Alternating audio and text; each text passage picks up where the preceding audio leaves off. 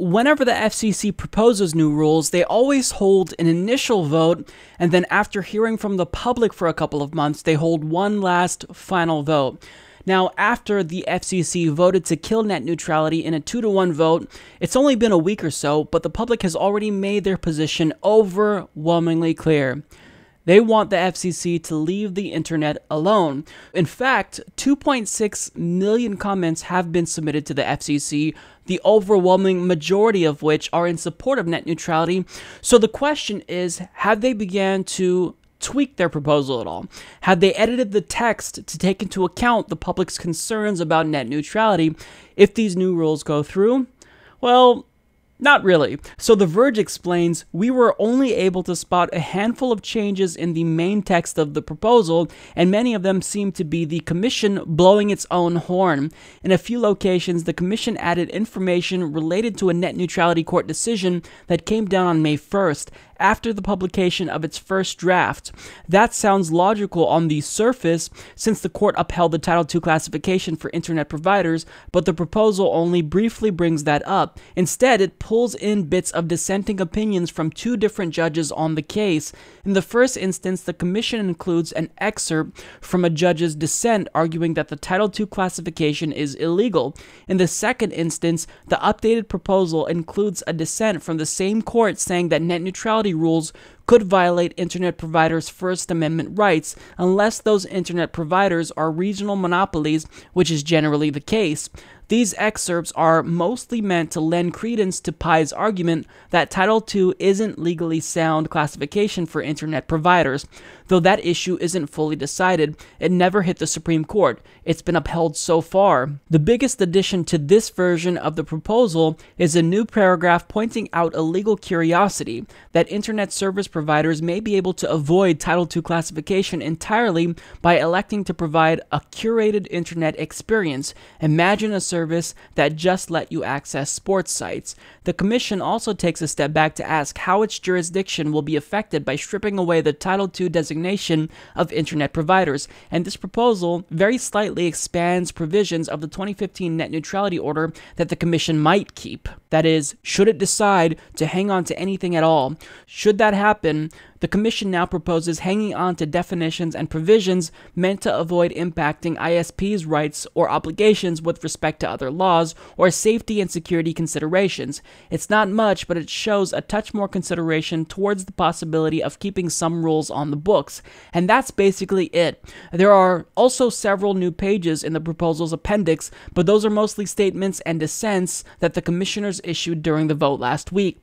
The FCC is supposed to take the public's comments into account when making proposals, but if it changed anything in response to the influx of pro-net neutrality comments received so far, it isn't at all evident here. Simply put, after 2.6 million people submitted comments in support of net neutrality, telling the FCC that they do not support these new rules and that they want to keep the internet classified as a utility under Title II of the Communications Act of 1934, the FCC is ignoring them. So we have unelected bureaucrats who can unilaterally destroy the internet, and even though they're required to take into account what we say, they're not doing that. They are supposed to hear out the public, and the public has already spoken. That's what the Administrative Procedure Act does. It prevents unelected bureaucrats from going against the public, and the FCC is, in fact, going against the public. And a senior official at the FCC even argued, quote, "We cannot make a decision just based on the number or volume of comments in any particular direction. It has to be based on reasoned decision-making and applying the facts." Oh, okay, is that so? So the law that requires bureaucratic agencies from taking input from the public doesn't actually have to listen to the public? So what's the point of the law then?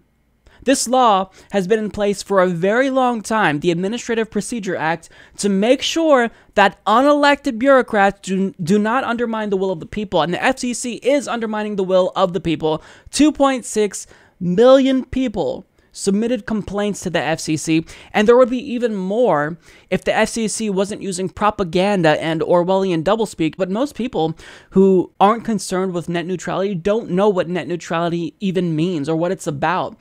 But this would harm everyone. I mean, there's more than 300 million people in the country. We need more than 300 million people in this country to submit complaints to the FCC, because this is something that will harm every single person in the country, small businesses, news websites on the left and the right. It will harm the consumers because this will allow internet service providers like Comcast and Verizon to charge exorbitant prices and come up with new tiered packages or curated packages. There's a new example from a user on Reddit that showed us what that would look like. There's a lot that could happen, but there's still unforeseen consequences that can't even be imagined yet. But we know that Comcast and Verizon and AT&T and Charter, they're all sitting in a back room thinking about the possibilities if this does go through. And net neutrality, if you explain it to people, and even if you poll them, it's overwhelmingly popular. So 3 people, technically 2 people, because it was a 2-to-1 vote, both Republicans, 2 people should not be allowed to destroy the internet as we know it, especially if the public has expressed overwhelming concern about these proposals. So these 2 idiotic Republicans are looking out for themselves because Ajit Pai, the FCC chairman,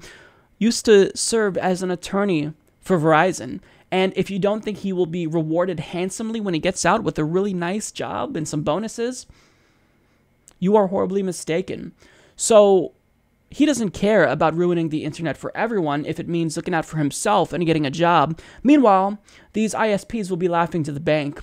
So this cannot stand. If you have not submitted a complaint, you have to do this. If you even have just a modicum of concern about net neutrality, I would implore you to please submit a complaint. You will get a ticket number. You can do this at humanistreport.com. There's a link that goes directly to the FCC complaint website and allows you to file an official complaint.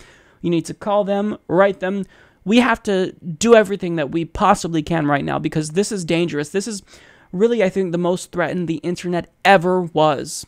Because now we have a Republican who has gone rogue, who's not listening to the people, who can unilaterally kill the internet at the behest of internet service providers. And that is a scary thought. Support this podcast by joining the independent progressive media revolution today at humanistreport.com.